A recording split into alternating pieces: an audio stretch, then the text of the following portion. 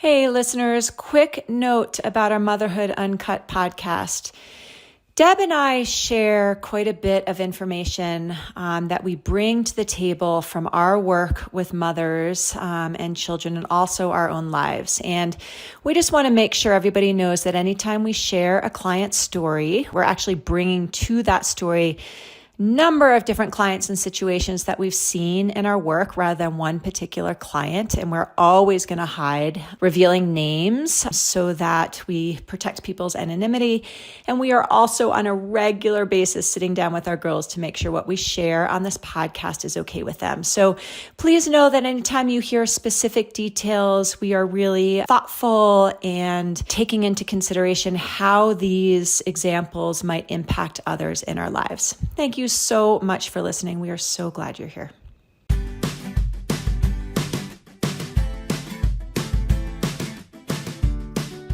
Hi, Deb. Hi, Kate.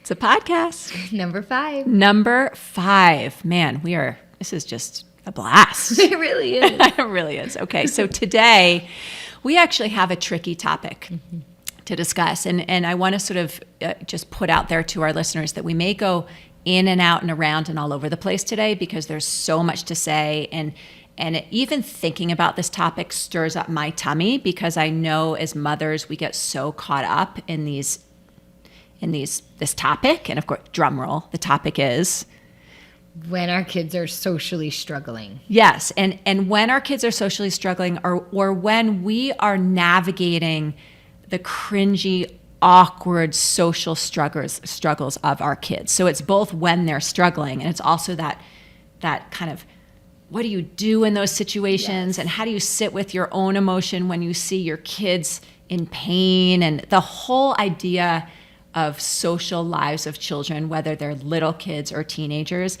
Just for me, it turns my tummy thinking about because it reminds me of when I was younger and awkward. And social, I mean, there's so many uncertainties in being a social being in the world. I think actually as we're speaking, this might be a 2-part podcast. Great. What should our 2 parts be? Let's see how it goes. We're just going to see. Great. We'll see. Okay. Okay. So we didn't actually get a question about it. We just decided we wanted to do it. But it was based on, do you want to share a client question? Well, yeah, for sure. I work with moms with kids of all ages. And recently there was a situation that someone had when she was watching her school-aged child interact with other kids. And I think it was a fairly small group, if I remember correctly, maybe 3 or 4 of them. And she was observing her child being the mean girl, right? So she was, I think it must have been at like a barbecue or something. She was with other families and she was watching her kid from a distance being bossy and mean with other girls at this party. And the question she brought to our work was, what do I do in that situation? Because I think she, like many of us, started to feel like her kid felt like a reflection of her. Exactly. You know? Yes. And she was like, do you go in and you intervene? Do you talk to the other parents? Do you punish her? Like, what does she had and this is all 6-year-old these questions. Kid. Yeah, I think she's 6. Yeah, young, early school age kid. Wow. That was sort of the one of many folks who came in with stories like that. You and I can definitely relate. I mean, we've sometimes analyzed our poor children about their dynamics together sometimes, and we're like, oh, who's leaving who out, and right? It's tricky. Endless. Okay, can I say one thing? Please, really quick? anything. I think it's so important when we start this conversation, and this is just me being a huge advocate of girls, is that as parents, we want to be so careful to not label the mean girl. And nice. And that mainly because there's not an equivalent for the boy. Okay. There's no like mean boy and mom's a boy. And there's no mean theys. There's no mean days. It's just mean really girl. It's sort of a cliche, isn't it? It is. It's a cliche. And so I think, and trust me, I've definitely said like, oh, I don't want my kid hanging with the mean girl. You know what I mean? And so one thing I'm really working with myself on is how to remember over and over that as adults, we cannot label kids for their behavior. Gosh, that's so let's start there.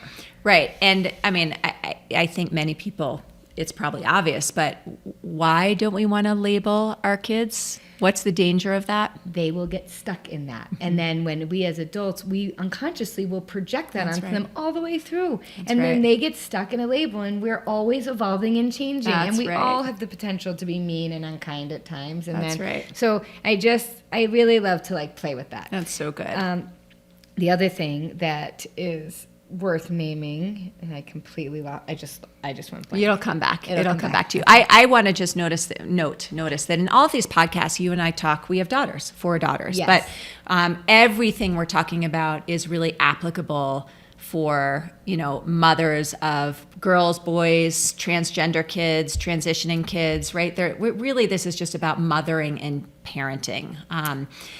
I will say, though, that I think one of the things that comes up for many mothers, right, when we're watching our kids in social situations, and I think this might be more typical of moms with daughters than moms with sons, but you can correct me if I'm wrong, is that we see ourselves in them, right? If I'm watching my daughter be left out in a play group or a friend group situation, it's going to inherently remind me of when I was a middle schooler and was left out, right? And in those instances, it's not just painful to watch our kids go through their stuff, but it's painful to relive our stuff through our kids. Oh my gosh. And we have to be so careful about that. So of course, moms with boys can do that as well, but there is something interesting that happens, I think, for dads and boys or moms and girls where we see ourselves in them. So I thank you so much for saying that. And then things get blurry. And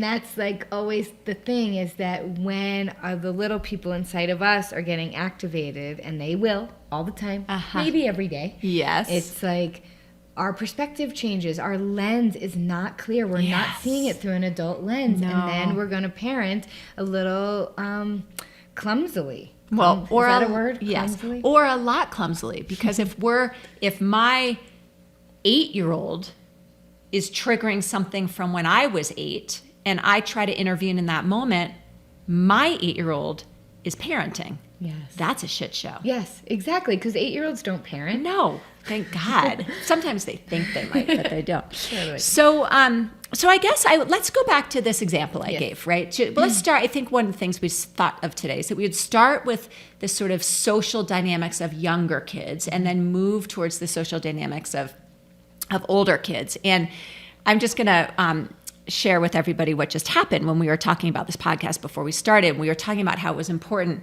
to go start with when kids were young first. And you said what? I don't even remember. Right. Which I wanted to say to all of you, that's how this works. Yes. When we're in it, we feel like this is the end of the world and it's this big thing. And then the reality is, we don't remember them. Exactly. We don't remember these moments. It's a blip. It's a blip. So I loved that you said that. But, I remember what I was going to say. Okay, great. Bring it up. It goes back to labeling girls specifically, yes. And that, and we have all used the term bossy. Yes. And I think your client was saying that her daughter was being bossy, and I get really fierce around calling our girls bossy, but we don't call boys bossy. In fact, we call them leaders. Wow. And so it's another thing to kind of redirect about how we look at behavior. Yeah. And, oftentimes there's kids that are directors and some kids that want to be led more. And when a kid is directing in a harsh way, the other kids usually call them out. Totally. And so that's actually a good segue to, as moms, your client asked, what do I do? Yeah, I heard several things. Let's address all three. Okay. Right? I heard embarrassment and shame as the mother of the kid who was, quote unquote, being bossy or mean, right? So that's one. That's our own, intimidate. What's everyone going to think of me? Totally. Do I intervene? What do I do in that moment, right? Do I intervene? And I guess I'll add it. I don't know what my 3 was, but I'm going to add a 3 right now because I think this is important. How do we manage that and hold that and stay in connection with our kids, right? Because one of the things you and I talk about all the time is how important it is to let our kids know that we understand that being a kid is messy and mucky and they're going to screw up, right? Yes. They don't have to be perfect. Yes. Right? Yes. So I don't know. You want to take on one of those? Yeah. Will you say the first one again? Because it made me think of something and Yes. then I forgot Yes. it again. No. It's been a long day. The first one, I think the first one was, I am embarrassed by what these other parents are going to think about my kid being the bossy, quote unquote, mean girl in this situation, or boy or bully or whatever it is. Okay, right? got it. Yeah. Okay, so here's one thing I always tell myself and my clients is that our kids come into the world with their own karma. Okay, we definitely hold space. We give them values. We keep them safe. We model. They are 100% impacted by their experience of being our children. But they also come in with their own agenda. Yes, they sure do. And so they are not a reflection of us solely. Yes. And I think that is so important to remember. I actually remember this moment where I realized that my oldest daughter had her own personality. I mean, this was early on, right? Yes. And I was like, and it suddenly took this weight off my shoulders. And I was like, oh, yeah, she is not a little me. And in fact, when she was little, we were so different. Like, she was the kid sitting on the side of the pool playing with ponies, and I was always the kid in the pool. And and I remember getting cringy around that. And then I was like, it sounds so simple as I'm saying it now, but at the time when you're new to this job as being a mom, it was such a moment of relax. So I want to start there, that like, no one gets a hall pass. Not only that, but they're not just, they're not a reflection of you, which is such a relief, right? But they're figuring out who they are. Yes. And in order to figure out who they are, they have to fuck up and be a little asshole sometimes. And try on every way. Exactly. So, So I think that's a place we start. And as moms, we just know that. We tell ourselves, we laugh with other moms, oh, my kid was being such an ass today. Yeah. Or like, oh my God, I was so proud of her. She really stood up for herself today. And we have to actually share the negatives and the positives equally, because that's how we connect in the community of motherhood. Yes. So that's one piece. The next piece that says your question, do you want to say something? I'm going to wait till after you say Okay, this is quick. That pause. When when there's a cringy feeling, and especially when you're still at the play groups and you're watching, pause, come back to yourself. Maybe go to the bathroom, put your hand on your heart, take a few breaths. Unless the kid's in danger, of course, then we intervene right away. But the power of the pause actually, in so many ways, allows you to give them a little space to let them, to your point, fuck up a little and see what the natural consequences that come, because they're going to learn so much more from being pushed back by another kid than mom coming in and sweeping into this situation. Yes. I love that so much. And I actually love incorporating what you just said into what I just said, which is that I think in moments like this, we can feel like we should know what to say or what to do. And I know, because I've been there, not just because this came up with a client, but I know that in those moments when I've been like, oh my God, what is someone going to think about me as the mom that has that kid that's being bratty or bossy or bullying or whatever that thing is to be able to actually turn to those people that I'm around, whether I'm close to them or not, and be able to say, wow, in this moment, I have no idea how to handle what's happening,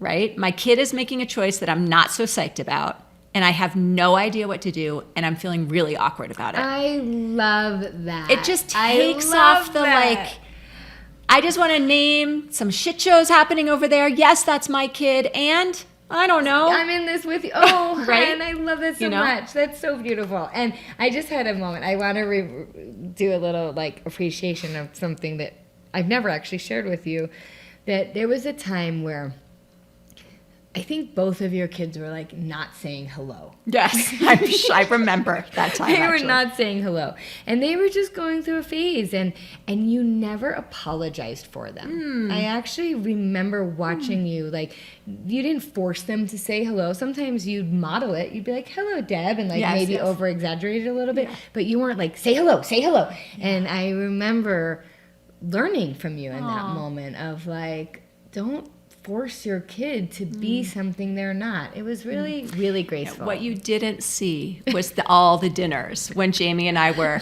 practicing and role playing how to say hello and look a grown up in the eye. So that was all happening behind the scenes. Which is actually a beautiful thing, because then it's saying that in our family system, we talk about the uncomfortable stuff, but I'm not going to shame you in front of another parent. Totally. And actually, it's that shaming, or I remember like humiliating almost a kid. You're not meaning, none of us moms are meaning to, but to be like, say sorry, yes. you know, it's like, and the kid might not feel sorry. Yes. And then there's this there. humiliation that is actually sending the kid a message that's pretty strong. But I love that you would do it in behind closed doors. We did. We spent a lot of time in our family trap. We're still working on that. I didn't know that. That's so funny. So the next question that came up in this younger child example is, what do you do? Right? If you're watching this, sometimes we're not there. Sometimes some other parent just says, hey, your kid was being mean to my kid today, Yep. right? And sometimes we see it happening. And the question is, what do you do? Do you intervene? Do you punish? What do you do? Do you have a thought on that? I do. And then I want to hear yours. I think it's always going to be circumstantial. I never think there's a one size fits all. But I do think that, okay, so let's say you're not there and you hear about it. My favorite word. What's my favorite word? Oh, God, you're putting me on the spot. I don't know. Curiosity. Oh, yes, curiosity. Is start with curiosity. So let's back up. First, be with myself. Recognize my trigger. What's coming up for me? Then I might call you and go to an adult place and cringe out with you for a minute and just either be upset or mad or cry or embarrassed or all the things that are normal and natural emotional responses. Tend to my emotions. Yes. In order to go back to them from a grounded, curious place. And I would always start with, hey, tell me about the play date today. What happened? And, and then if they're just like nothing, then I might be really transparent and be like, you know what, I got a call. I actually really like honesty always. Like, I got a call. This is what I learned. I want to hear your part. Like, what was happening for you? Can I put a little footnote in here? Please. I really think it's important for us to differentiate between transparency and authenticity. And this is a great time when it's important to be authentic, but maybe not transparent. And I know you meant authentic, but I just want to, for our listeners, clarify that. Thank you, please, yes. Because transparency might be like, I got a call from your teacher, and I'm really humiliated that happened. And right, it's like oversharing an experience. Authenticity is a little gentler. It's a little less detailed, but you're still being real, right? Yeah. Hey, I received this call and I'm concerned. Yeah. That's beautiful. Authenticity. So I just want to clarify. I love that. Yeah, they don't need to know our emotional state like all the time. That is totally not okay. They don't even know what to do with their own emotions, let alone ours. Right. So yeah, I guess that's my answer is like start with curiosity, get their story, hear their version, and if the stories don't line up, it's another conversation. But then I think it's always a more amazing to ask the question, what's your part? What's your part? And what do you want to do about it? Yeah. And there's always a way to fix it. There really is always a way to apologize, to own it. What are you laughing Well, about? but it's interesting. I love the way you're framing that because you're asking questions. You're not giving advice. Totally. What is your part? What do you want to do about it? I know I've heard you say this, and I certainly do too. Would you like my help with this before just explaining and giving help? Yeah. Right?